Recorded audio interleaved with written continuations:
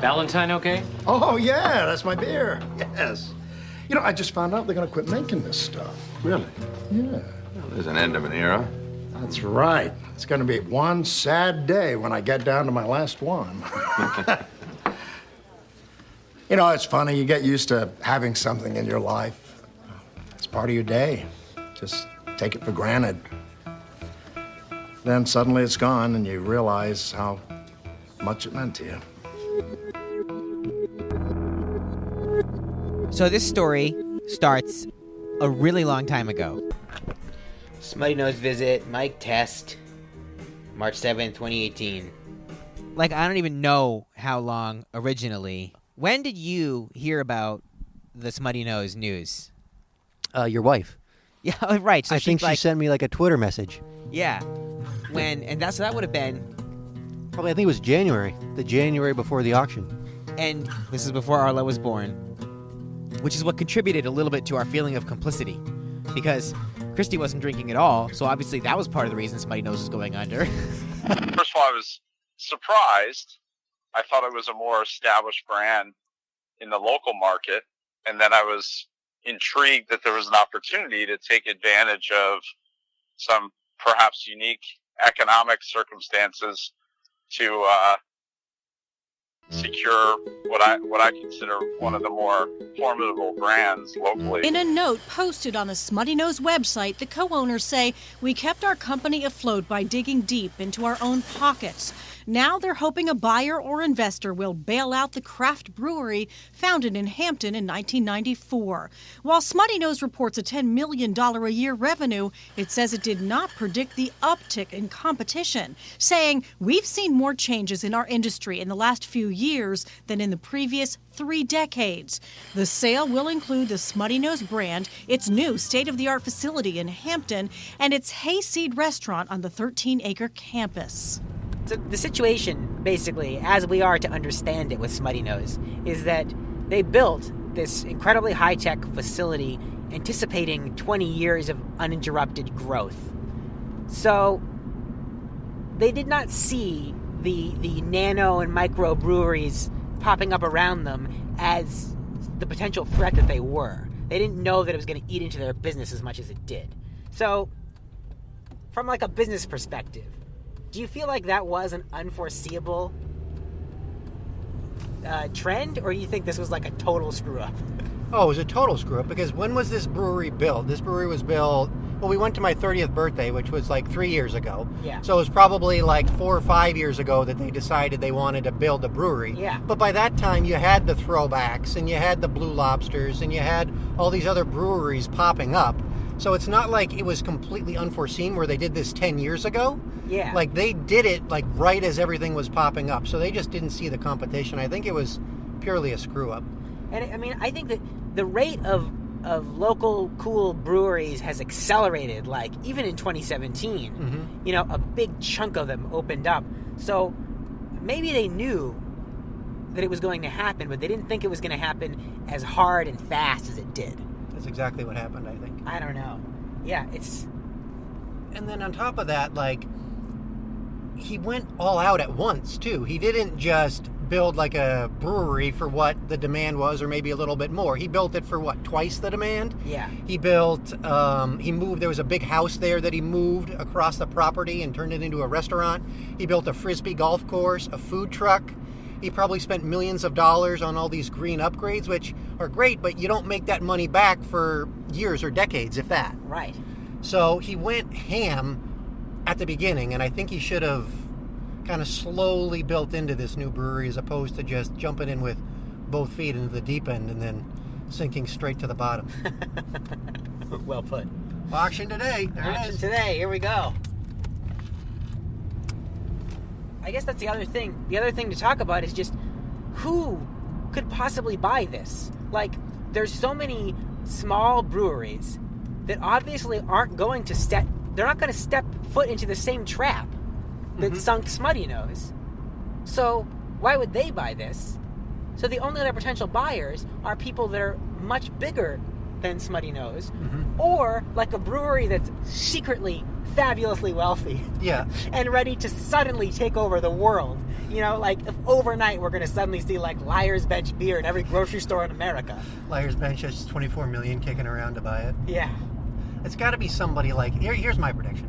Okay. It's got to be somebody like InBev or like Molson Coors or something, or Miller, that comes in and just pretty much wants the name Smuttynose. So they just pay $24 million for the finest kind IPA in the Smuttynose name, and then they just liquidate this whole brewery. That's my prediction.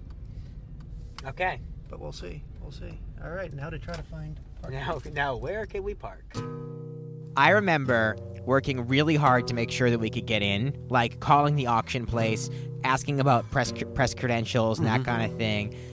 Then we got there, and like it turned out like any dipshit with a shirt and shoes could get in and be there for the auction. They couldn't bet. What do you? They couldn't wager. Bid, yeah. They couldn't bid. They'd get a paddle. A paddle is what you. Yeah, Yeah. It was like $200,000 for a paddle. Or like 500 grand something. $250 is a ZD in order to even make a bid. Yes. Okay, behind the scenes of the auction, I just want to talk about here. The stage is a couple of pallets. There's a water bottle behind the podium, which makes sense because auctioneers have to talk very fast. The actual podium itself is a speaker, an amplifier, which I've actually never seen before. But the microphone, plugs directly into the podium itself, and there's a speaker on the front of the podium. There's also a gavel. I don't know if the part where you hit the gavel is also mic'd, or if they just expect it to... Also, wait, does the auctioneer only bang the gavel when it's sold, or does he also have to sometimes get order in the court? I don't know. That's a good question. I guess we'll see. We're kind of casing the place, trying to figure out who among us are the bidders. Who's the auctioneer? Who are the bidders? And who are the looky-loos? like back row, red jacket, green jacket, looky-loos. Tall guy, trench coat, bidder. That's a high roller. The guy next to him, I think that's the auctioneer. Oh, he looks like an auctioneer. He has the cufflinks of an auctioneer. Today, those individuals who registered to bid have a unique opportunity to purchase one of the country's most beloved and iconic craft beer brands, along with one of the nation's most beautiful breweries. And then remember that lady from WMUR showed up? And then she tried to set up a camera? And then They were so pissed. The auctioneer came over and was like, listen, you can't have a camera. And she's like, what do you mean you can't have a camera? Yeah, they were, and I still don't know why. Maybe it was because the people... It was I think it was some of the bidders. They didn't want to be shown on TV bidding for Smuttynose or something. Maybe there was some really rich guy in Wolfboro and nobody wanted to know that he was rich. Sure. So they didn't want to see him bidding or something. I don't know. Or it could be people from another brewery, and they didn't want anyone to know they were looking to purchase new territory or something like that. Yeah. I don't know. So, now's the fun part of the auction, group. It's what you've come for. Some have come to see us sell it. There are others who want to see something else. When the auction happened, I remember you stood up, and I remember thinking that was really smart because you could see everything that was happening. Mm-hmm. I was just looking at the auctioneer's face as the price was dropping millions and millions of dollars, Yeah. and no one was bidding. Mm-hmm. Who's going to start at $10 million? Anybody at 10? At 10. You tell me. $8 million. Anybody at $8 million at $8 million? Anyone at 8? $6 million, and we go up from there. Anybody at $6 million we have. $6 million to bid $7 million. And that was that 2 minutes or something was horrible. Like it was I don't know how it was for you watching people's faces, but for me, just sitting there watching this guy dying on that podium made out of beer boxes, that was a rough moment for me. But I didn't know what to expect. I'd never been to like a $12 million auction before. So I was like, does this normally happen? Like, it was a little weird that it was going down that fast. Anybody at $6 million we have. $6 million to bid $7 million. 6 we have. To bid $7 million. $6 million. Bidding $7 million. Anybody at 7? I'm at 6. To go $7 million. Anybody at 7? At $7 million. We're at 6. bidding 7. At $7 million, first time. At 7. 7, 7, 6.5. 6.5 to bid $7 million. 6.5 we have. Bidding $7 million. 6.5. Bidding 7. 6.5 to bid $7 million. Anybody at 7? I feel like I knew there was a problem the second time they stopped the bidding. Mm-hmm. I had also never been to a $12 million auction, but I've seen auctions on TV, and it's normally like, hey, but hey, Mm-hmm. and it's not like, we're going to pause for a moment and confer with the bank. Thank you. It's usually much higher energy than that. Mm-hmm. Second time at 8,250. We're at $8 million. The call at 8,250. Chuck, you want me to take a timeout at $8 million? You do. $8 million right there, straight back.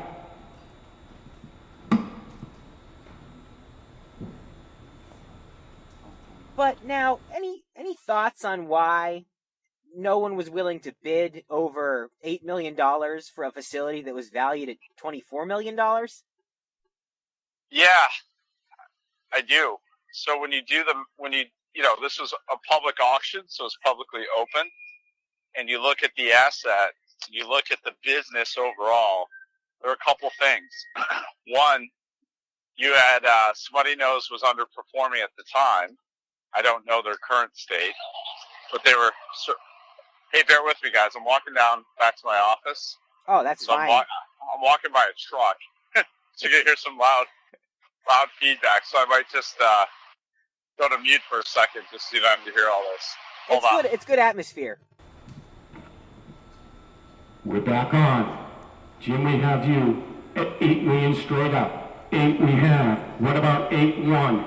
8 million straight on. Bidding 8-1. 8 million there. Bidding 8-1. The business was underperforming. There were probably a couple reasons as to why the business was underperforming. They had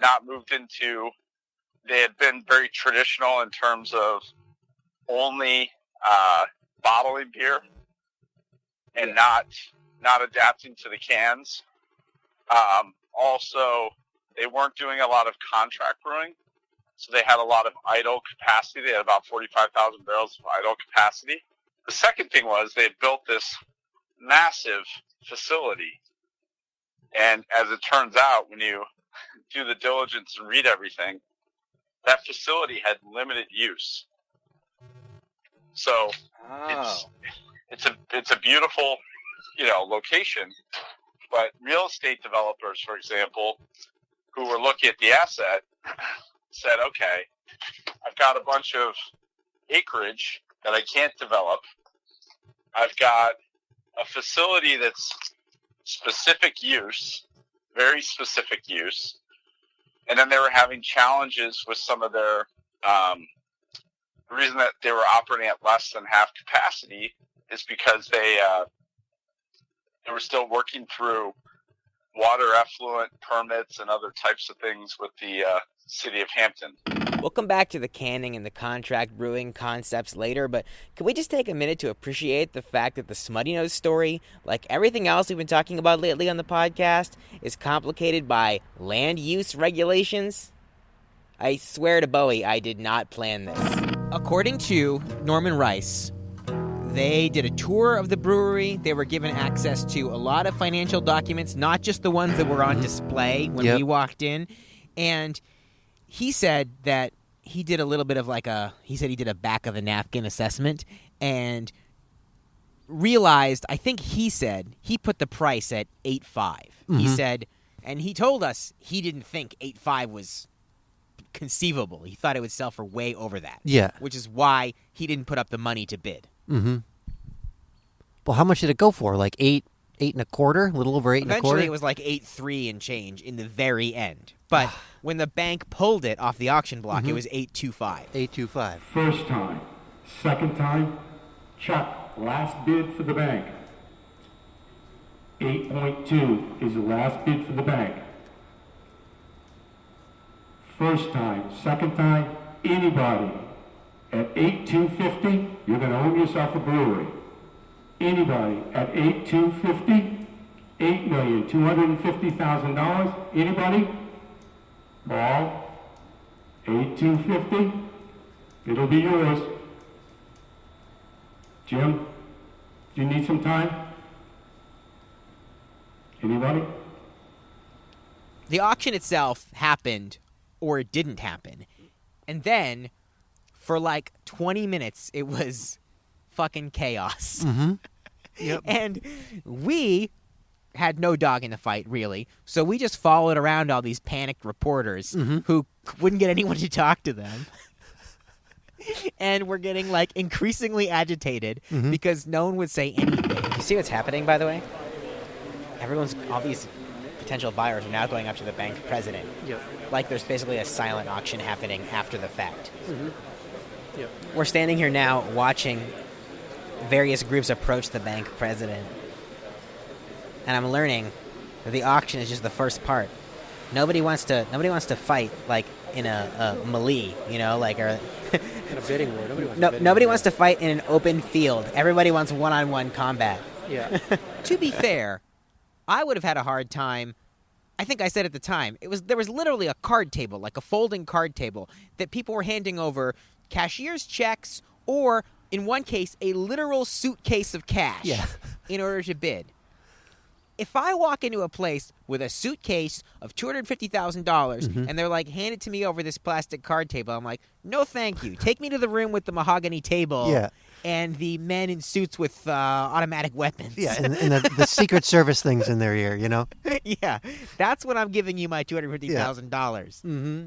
At a certain point, the PR lady that we'd spoken to when we first got there gave a little statement, and that's the one that was like on the news, and we had it too. If you look at the WMUR story, you can actually see us like standing around in the background during one of those shots, and you can see my microphone in one of the shots. When that lady busted ass talking. mic. Okay. So nobody official is prepared to talk, but I can tell you that the bank owns Smuttynose for $8.25 million. It's going to be business as usual here at Smuttynose. The beer will continue to be brewed, the employees have their jobs, and the bank will be negotiating with potential buyers. And that's all we have to say at this point. Yeah, that's right, because the PR person gave the statement for, like, the bank. And then once she had done that, she was like, she went to the head banker or whatever that guy's name was like, well, do you have anything else to add? And he's like, nope. Yeah. I, like, walked away. He's like, that is accurate. That's what he said, yeah. Very banker-like thing to say. And that's all we have to say at this point. That's right. That's very accurate. Thank you. Okay. And can we put that on the air? Yeah. Okay. And just for the record. Barbara McLeod, MacLeod, Smuttynose spokesperson. Okay, perfect. Thank You just saved my butt. What did I miss? I have it on tape. We watched Norman Rice shake hands with one of the bankers.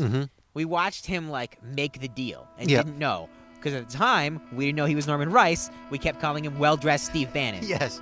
Which I would like to amend and say, like, well-dressed and more handsome Steve Bannon. It was like the He's thing... slimmer, much slimmer than Steve. Yes. Yeah. And has a better complexion and, you know, just in general a better-looking dude. Yeah. He had longer gray hair. And that is where the comparison begins and ends.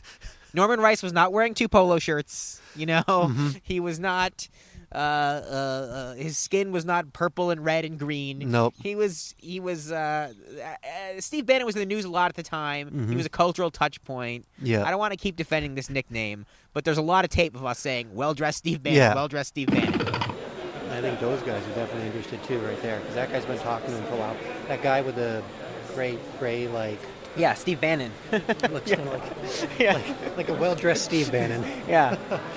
He, Fancy New England Steve Bannon is making some deals over there. They look happy. So he's gone up to him initially. I think he was one of the first ones to talk to the bank president, and then left, and now he's talking to him again. Yeah.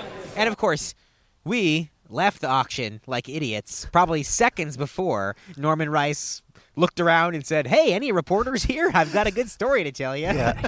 I wonder everybody was around that same price range and nobody was willing to go over. So everybody must have had people come in and evaluate it and say, this is what it's worth. It's not worth any more than this. Don't pay more than this.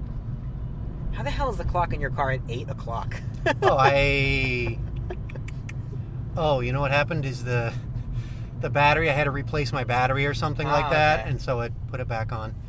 So it's not at 8 o'clock. So the only way I know what time it is, I have no idea what time it is, but I just subtract 6 minutes from the 2, and that means it's 56 of some hour. I'm not sure what hour. Because most of the time you don't need to know the hour when you're driving somewhere. It's like, okay, what time, like it's in minutes that I need to get there. Yeah, you deal in minutes, not hours. Yeah, so it's like, okay, well, it's going to take me 2 minutes to get there, and then it's got 6 minutes subtract, and I got time.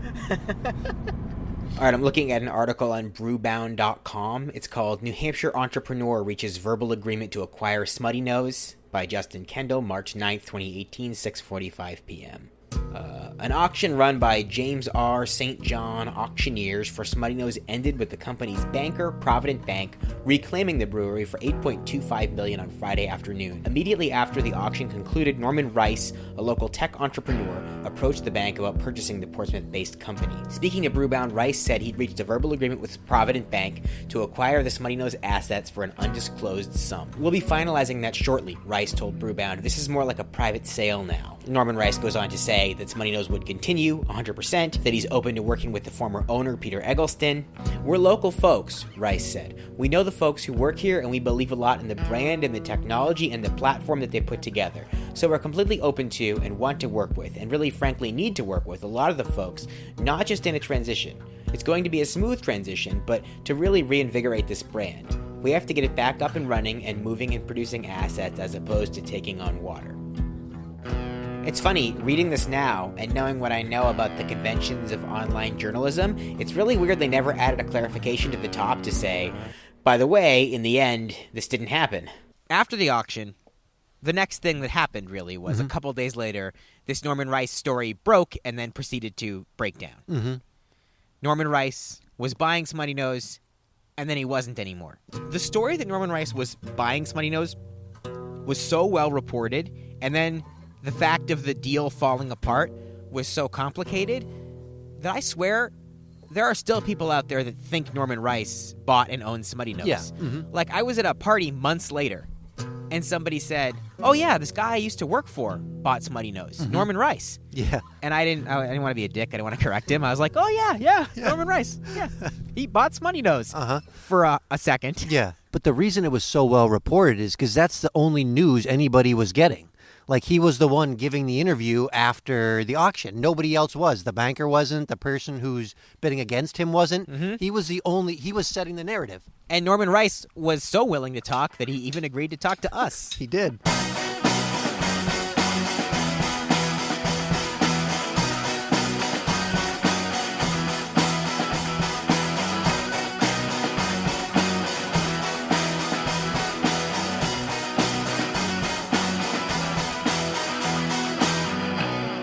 Are you there, Norman? I am. All right, Thanks. Dave. Hey, all right. First, guys, I just want to say thank you for accommodating sort of a flexible schedule here today. So not a problem. And I remember we had such a hard time pinning him down for an interview time that you were at work and I was at the sandwich fair. And so I interviewed him from our car, which was parked on it was parked on somebody's front lawn. You know, you pay a guy $5 to park on his lawn. Yep. So we were parked on the lawn. I was in the car by myself. Christy and Arlo and my mother-in-law were all still enjoying the fair.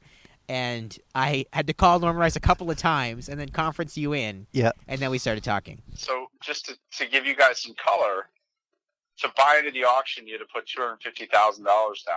Yeah. And I went ahead, I did diligence. I talked to a number of other parties I talked to. So I did my diligence. I read what was available. And I sort of back in the envelope said, if this thing is, 8.5 to 9, that's good. But what we got from the auctioneers, what we got from the lawyers was this is going to be a $12 to $13 million deal. And they had 30 plus parties interested that had put the $250,000 down. So I was like, you know what? I'm not even going to enter the bid. What's the point? And I actually thought about it right up until, call it a couple hours before. And I had talked to one of my advisors and he said, I wouldn't even bother. But I was like, I'll just go for spectacle. see what happens. So I guess if I were to summarize what Norman Rice told us, I mean, he was a willing victim of circumstances. Mm-hmm. You know, he didn't make the initial bid at Smuttynose, so his hands were kind of tied. He only had one move to play, and he knew what the next couple moves were. When you call timeout in an open auction or you call timeout or something like that, you know something's wrong. So I was like, oh my gosh, this thing's going to go for really sub breakup value at 8 point something or 9 is what I thought at that point. And when the bank, after the third timeout, the bank stepped in and set a price of 8.25 or 8.2 is what they said. There was some, I think, miscues later how it became 8.25, but they said 8.2 and nobody hit the bid. The auction was over. It was over. So the bank set the floor and the bank bought effectively the assets that they had pushed into bankruptcy. So in effect, they had set the price for what do you buy them from the bank for. So now the bank owns it. So that's officially a bankruptcy. So what I did is I walked up to the bank. I have no relationship with the bank. And I said, hey, this is who I am. I did not put the funds down. I'll wire them today. And I'll buy this business for 8.25 right now. Now, because Norman hadn't put up the $250K in order to bid, the bank had no real way of knowing in the room if he was for real. I mean, I also could have offered to pay them $8.2 million, and for that moment, my offer would have been exactly as believable as his. By the way, in his day job, Norman Rice is the COO for a company called Extreme Networks, and he's very successful. So I guess the bank could have just Googled us both and then, obviously, gone with him. But what happened instead was, the deal was tentatively agreed on, but the bank put a couple of day clock on it. But what I learned from Sunday, really that Friday night until that Tuesday, where I entered my final bid on Wednesday, was a whirlwind. You know, the type of characters that were involved. I had heard through a back channel that, so let me just give you the color. I had partnered up with Henniker Brewing, the guy who runs it, Dave. And I had partnered with Dave because Dave's an operator. And it wasn't Henniker, and he did not want to impact Henniker. He would be more, he could help with operations because he has the right connections and people. Then we hooked up with another guy named Romeo, who was one of the other bidders.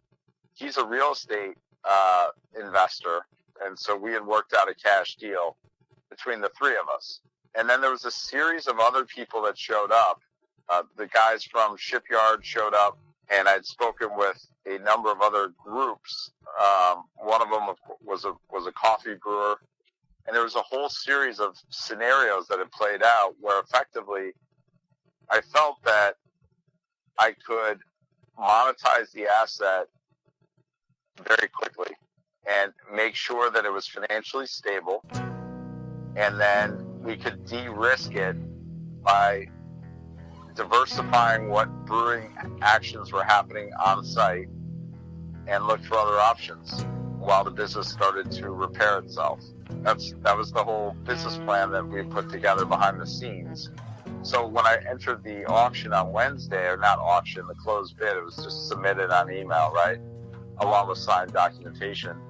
I felt very confident, and we were informed, you know, probably 5 or 6 hours later after the board meeting that we were outbid.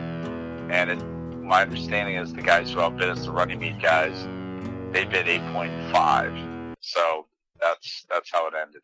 A Seacoast investment company is the newest owner of the Smuttynose Brewery. 1 week after being auctioned off to Provident Bank, Smuttynose is now in the hands of Runnymede Investments, which is headquartered just about 5 miles down the road. The firm says it has plans that will keep Smuttynose thriving for years. Brewery president and founder Peter Eggleston says he's happy to be moving forward with local investors. So why did this happen? One reason might be that the bank actually wanted to stay in business with Smuttynose. which is not something Norman had anticipated. I believed that the bank wanted to get rid of the asset, which you would think in a bankruptcy. And if you take a step back, you look at the folks that owned it, they were in debt and they owed the bank more than $8 million. So they were still in debt even after the deal. So my understanding and my take from just doing different business transactions is that the bank would want nothing to do with the asset, right? It had just failed. And so we were offering cash. My understanding, and again, this is hearsay, so I don't have confirmation of this. My understanding is that the winning bid involved the bank, Provident Bank, continuing a relationship with the asset, which to me is questionable why you would do that. To me, this is a little reminiscent of how financial advice types, the Dave Ramseys of the world, they'll always tell you to buy cars in cash. This is in part to avoid debt, but, they always indicate also that car dealers would prefer to have all the money up front. Maybe they'll give you a little bit of a deal. This is, in fact, usually not true, as car dealerships have pretty lucrative financing deals with banks, and they would much rather you do it that way. I know the Smuttynose transaction is more complicated than buying a car, but you gotta go with what you know. Well, it's like in baseball where the Red Sox will go out for a free agent and they'll offer $200 million for a free agent. And then that's the price, and the guy's about to sign with the Sox, and then the Yankees will come in over the top, bid $210 million, and the guy takes that deal. It's the same thing. It's Price like is baseball. right. It's Price is Right rules. Price is Right rules. So that said, I did contact, the guys who did win the auction, specifically the operator, and talked to him and said, hey, here is our plan. If any of this plan is helpful, great, because we want you to be successful. So after that, Runnymede Investments took over Smuttynose, and it was like radio silence for months. When we talked to Norman Rice, he was saying, I'm so surprised that I'm not hearing stories about Smuttynose. Yep. Stories about their death and resurrection, My sense is I haven't seen anything different. And I'm a little surprised because of the amount of energy and opportunity that those guys had. I mean, if anything, what the auction story told was that it struck a chord in the community.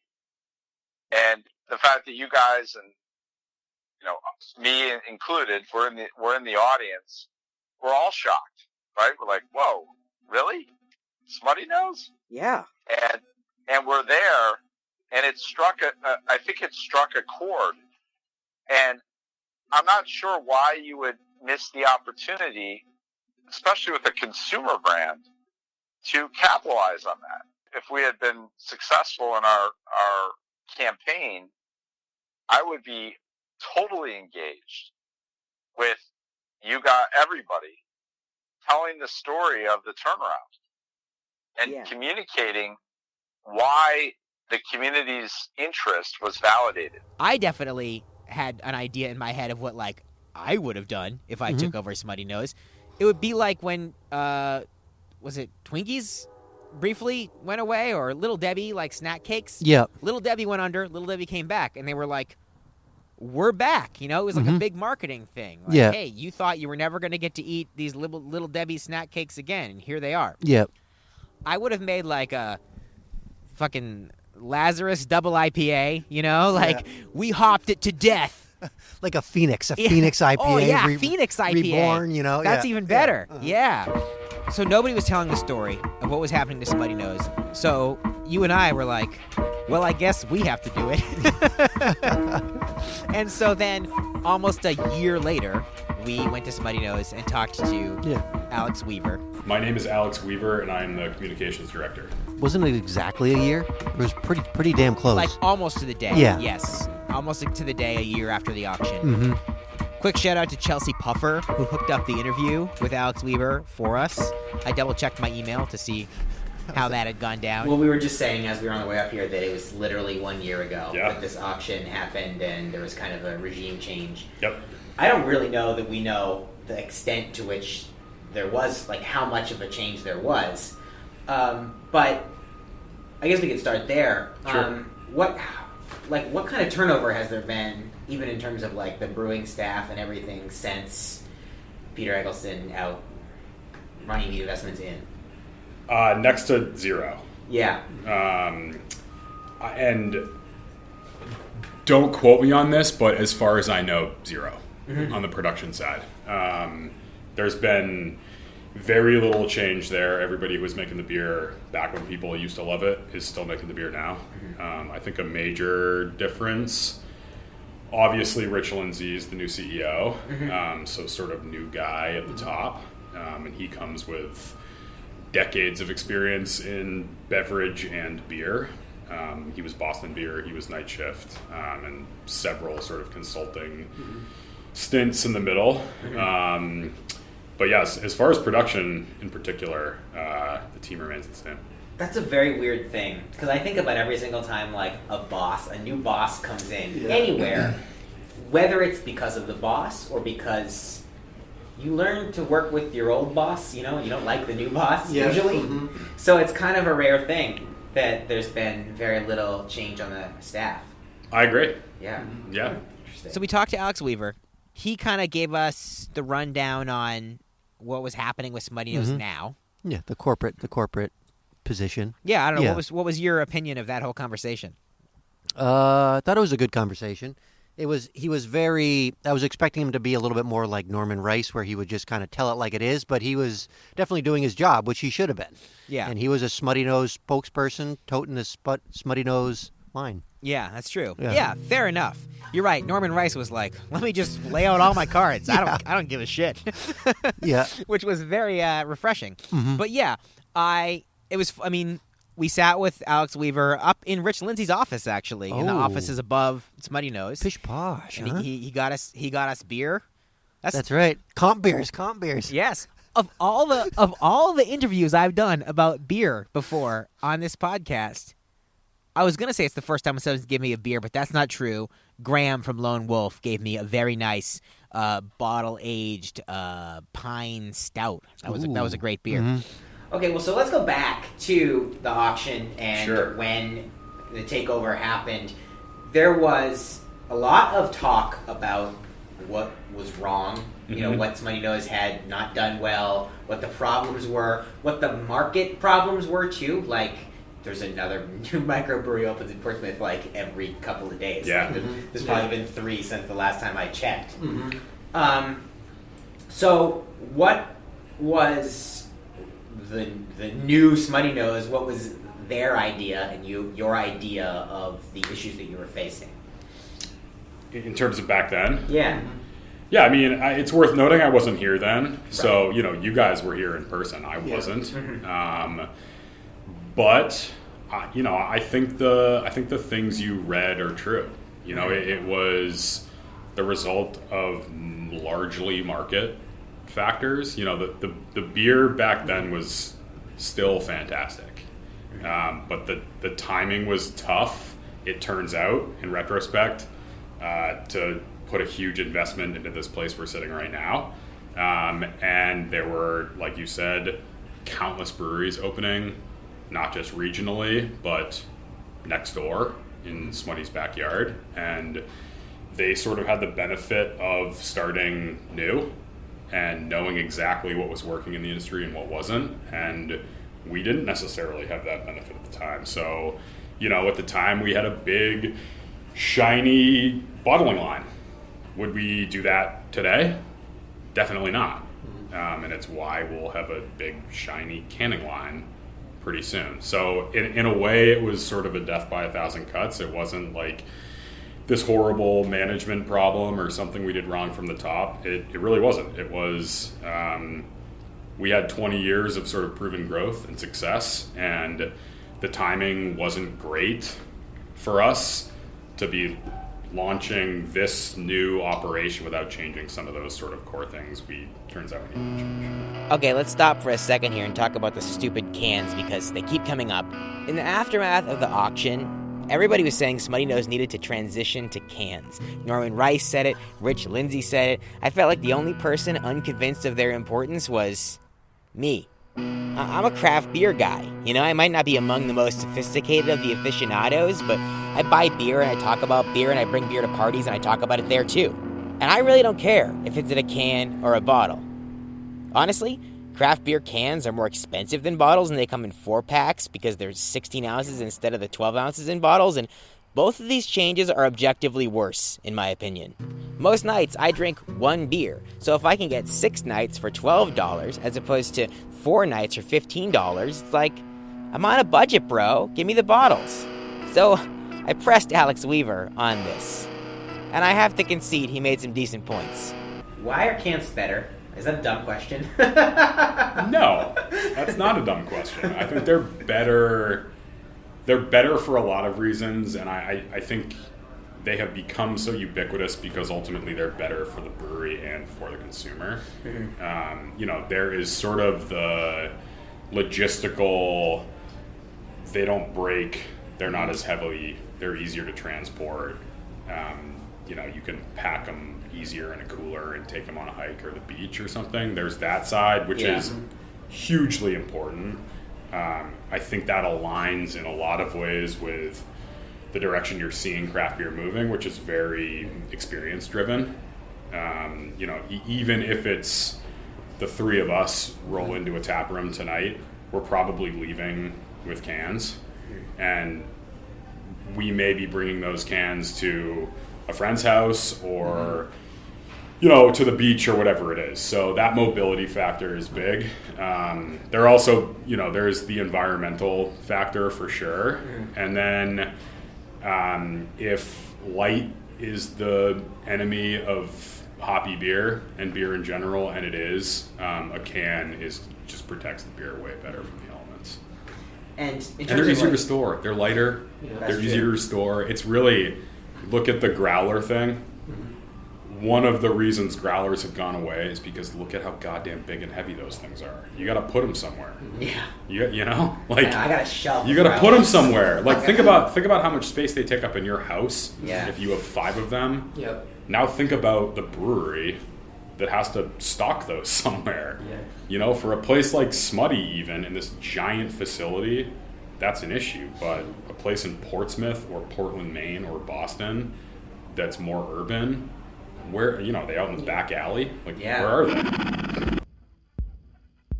Can I just say I've been thinking about what Alex said about the growlers basically ever since the interview? If you don't know, a growler is a reusable glass bottle, like 64 ounces, and you could traditionally take it to a brewery and get it filled with fresh beer.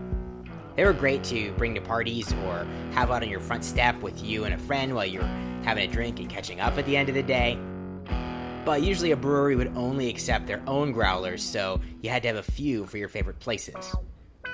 And once you had 7 favorite places, it became immediately impractical. I have 5 or 6, and most of them I filled maybe twice. So I'm thinking about moving them to the garage, to a zone of total retirement, but it feels weird to accept that aspect of the craft beer scene is already over. As a parent of a toddler, I already do so much accepting of the ends of phases. And I do so enthusiastically. It's far more exciting to think about where Arlo's going than to think about where he's been. So I guess I should feel that way about other things that I love, like beer, which obviously I love less significantly than my child, but if you love something, let it grow. It's pretty good, right? I just thought of that. Anyway, I guess cans are fine. I just wish they didn't cost $15. Anyway, Alex told us that the transition from Peter to Rich Lindsay had gone smoothly and amicably, and when talking about the sort of reimagining of Smuttynose, one of the first things he pointed to was himself. His job existing at all, that is.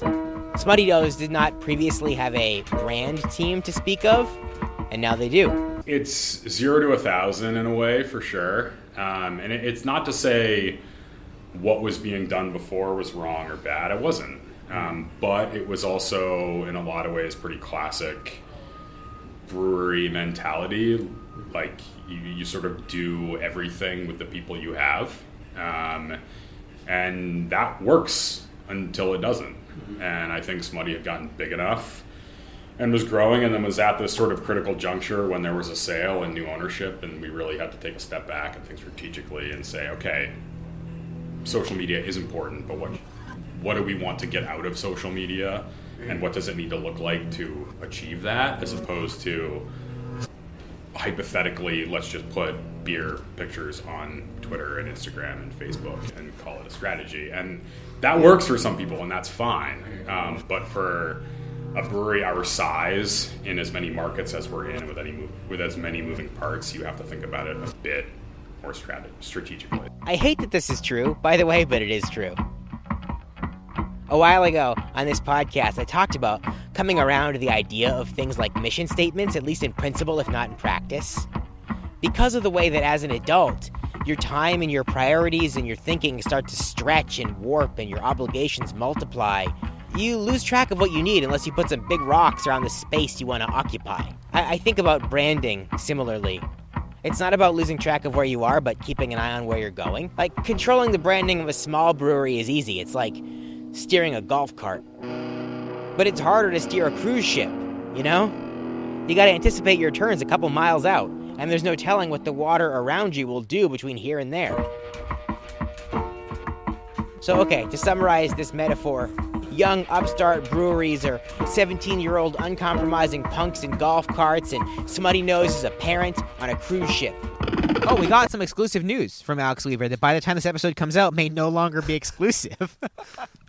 What, the labels? Yeah, that the labels are going to be changing. Yeah, I've been looking to see, because it's been, about 3 or 4 months since we interviewed him, and they're still the same. Any minute now, I'm sure 2 days before this episode goes up, those new logos will be out, and we will be scooped by time. But you never know. This might actually still be news. Soon, we'll be doing new labels for our core beers. Oh, cool. Which is a big project. That is a project. Something I've been working on intimately for months. Now. Let's start at the beginning of that. What are the early conversations when you're going to start to rebuild the logo? My theory was always that they went with presidential administrations. I remember just after Barack Obama got elected, there was a new Pepsi logo and a new Sun Chips logo and a new something else. Yep. Yeah, and there hasn't been one. There hasn't been an overhaul yet. So we're a little overdue for major companies changing their logos. But where do you start? Yeah, it's a huge conversation, and for a brand like Smutty that's been around and as established for so long, there's a lot of stakeholders. There's a lot of sort of built-in sentiment and nostalgia, but there's also the understanding that to get the brand to the next level and to really progress and move forward and not just keep up in an ever-changing industry, but really be industry leaders like we've always been. The brand needs to grow up, needs to evolve. It does, because the drinker is not the same today as it was 15 years ago. Yeah. It's just not.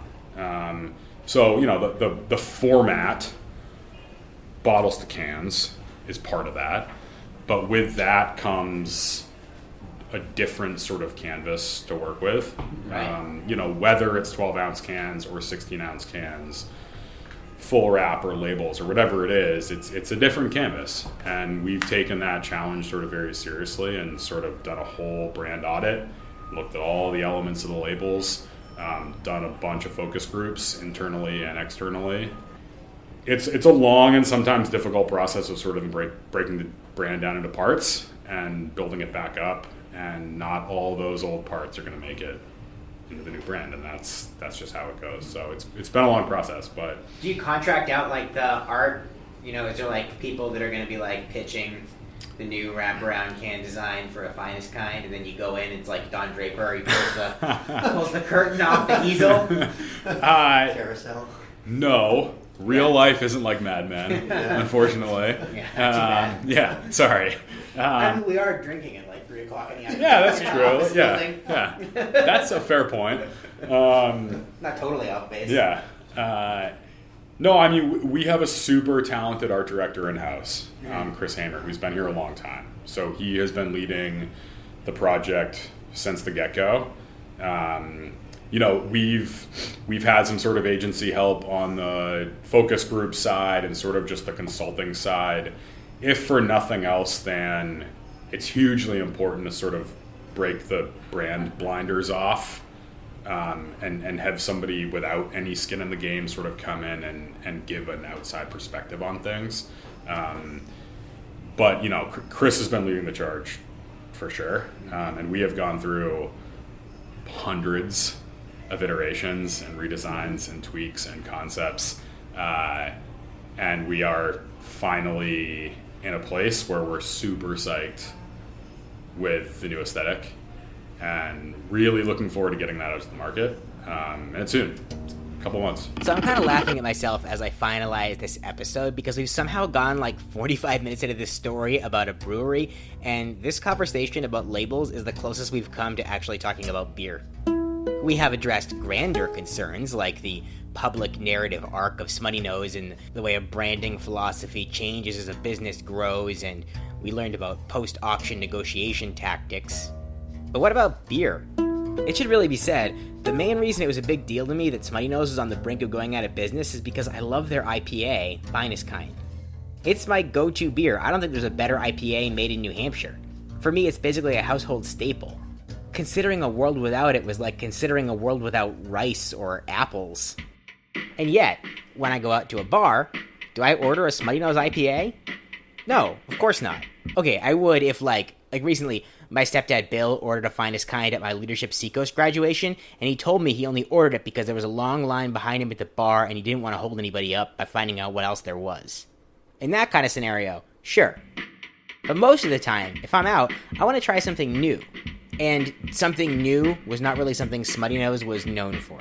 But the Runnymede regime has slowly started rolling out new flavors, and by the time we talked to Alex Weaver, they were having a lot of success with them.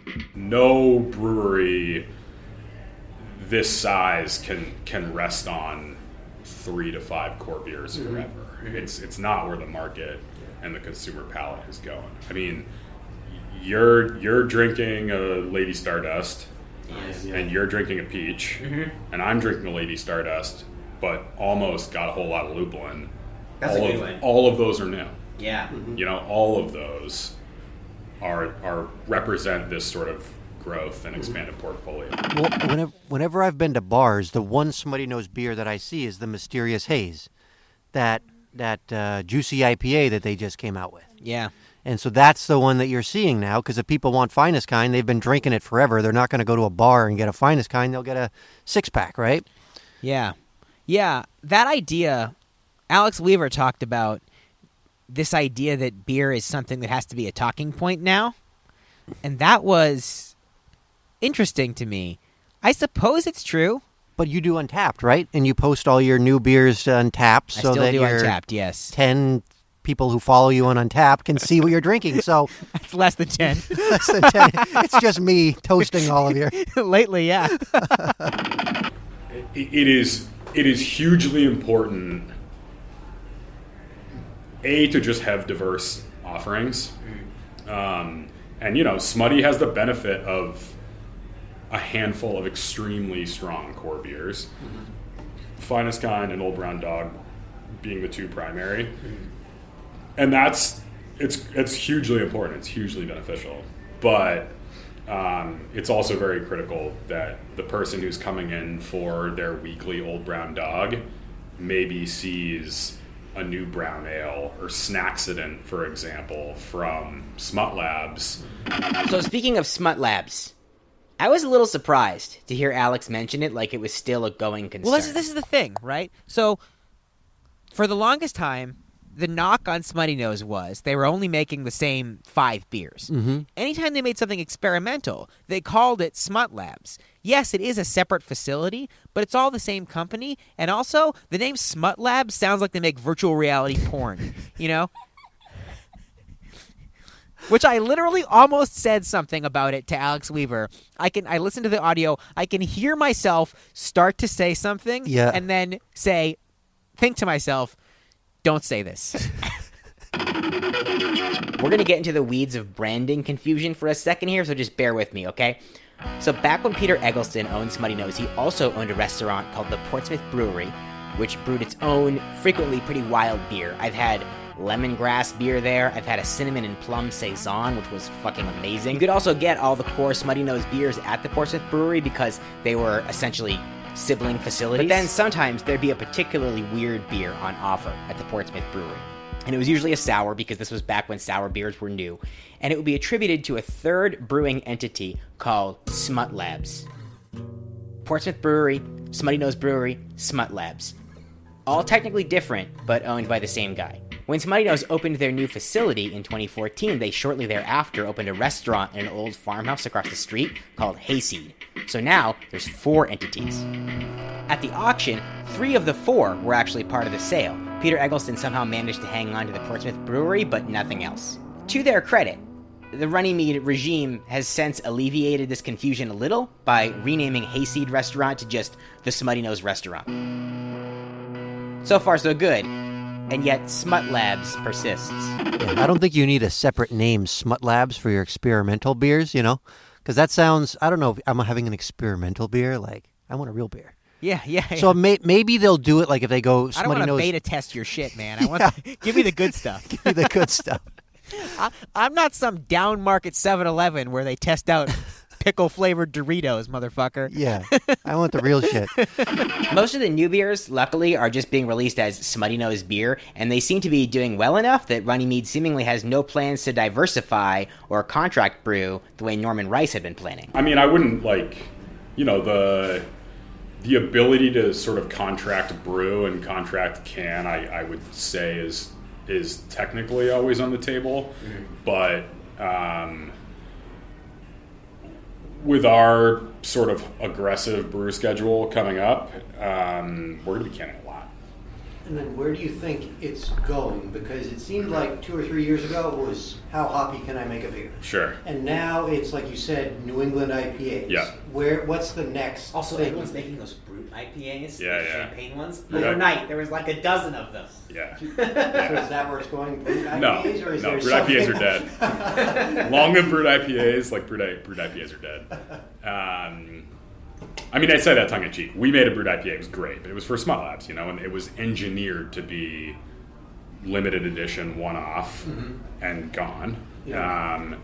I think if you asked one of your so-called craft beer prognosticators, the lager revolution has sort of been that next thing for a long time now. It's within the industry. I think it's the thing that people want to see sort of catch fire the most, and that is for very noble reasons. Lagers are hard to brew, and they're hard to brew, and they're obviously the light American lager, Bud Light, Miller Lite, Coors Light, whatever. That big beer thing is sort of like an icky word or an icky phrase, but they brew an insane amount of beer, and it's the same every drop after drop, every time. And that is incredible. Yeah. And incredibly hard to do. Yeah. And, obviously, I think on the craft side, there's always sort of that push to innovate. So what a lager means for, our head brewer, Steve Schmidt, is much different probably than that sort of light, a little more watered down lager. But I think the frontier is big flavor, but maybe lower ABV, maybe a little easier drinking, maybe a little more sessionable. Yeah. That's where things are going. I mean, that's where the low alc, no alc thing is huge right now. This sort of pushing people to, can you brew a 3% lager that tastes like a 6%? As a father of a 1-year-old, I appreciate that. Yeah, you too. Oh yeah, I have too. Yeah. And you're like, you pick up a beer and you're like, 4.6%. All right. Yeah. I mean, I think, and you're seeing that a lot. Like the push right now is really, in terms of sort of flavor profile and hop profile and body and alcohol content, how drinkable can I make this? To the point where, you can sort of decide that having 2 or 3 of these isn't going to blow out your night or ruin your next day. Not a bad business decision when you can sell 4 cans for $15.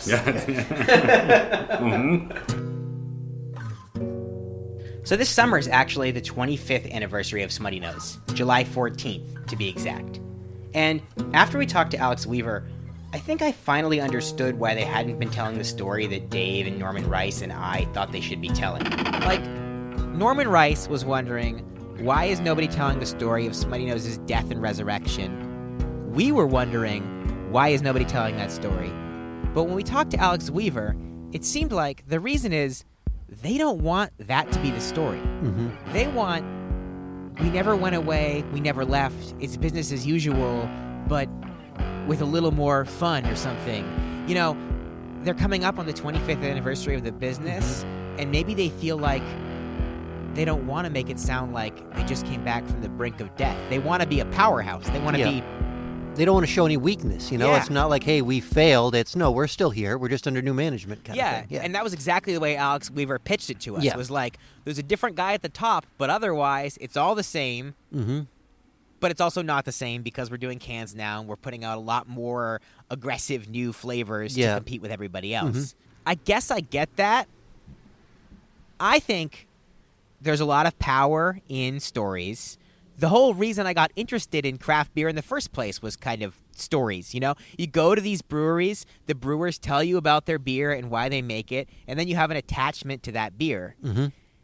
So I guess I think the story of the death and resurrection of Smuttynose is a better story. But I guess they don't, and I have to respect that. Not everybody can have a story like Bran. Exactly. What unites people? Armies? Gold? Flags?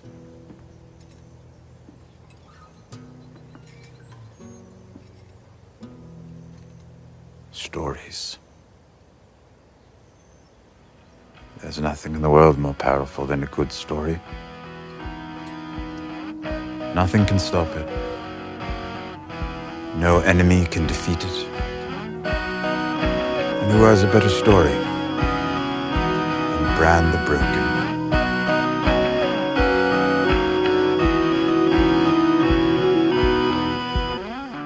So we wanted to tell the story of Smuttynose, or at least the story of the stories. But well over a year later, those stories are still unfolding. Just after Dave and I sat down to recap our year in the life of Smutty, we learned that Rich Lindsay, the CEO installed by Runnymede Investments, had stepped down. Christopher Broom Sr., Runnymede's chairman and the actual legal owner of Smuttynose, has taken the position for now, in a move that has created some complications. Broom's son, Christopher Jr., who worked for Smuttynose primarily as a music booker, is currently facing sexual assault charges regarding an incident that happened in Portsmouth last July 4th. It is unclear whether or not Lindsay's resignation had anything to do with these charges. Chris Jr. was indicted in March of this year, and Lindsay's last day was May 10th. It's strange. I've read 3 different news articles so far about this, and each one puts the events in a different order, pushing the reader to different conclusions. Resignation, new CEO, rape charges. Rape charges, resignation, new CEO. New CEO, resignation, rape charges. Talk about the power of story. Anyway, in a statement, Chris Sr. maintains his son's innocence and says he has faith in the legal system, but, and I quote, "I also understand this may have an impact on Smuttynose Brewing Co., its employees, and its partners. For that, I am deeply sorry. The Smuttynose Brewing family has been working hard for almost 25 years. I am proud of these efforts. Those who know us know who we are and what we stand for. We are committed to brewing great beer and serving our community. That will continue to be our mission." My initial thought was that these charges, though very serious, probably wouldn't affect Smuttynose itself in any real way, but the statement makes me less sure.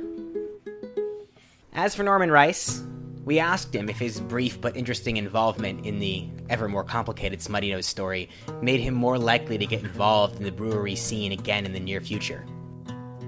He said yes, It really did. Thank you so much to Alex Weaver and to Norman Rice, and to my co-host who's been with me every step of the way on this for the past year, Dave Murphy. And also thank you for listening.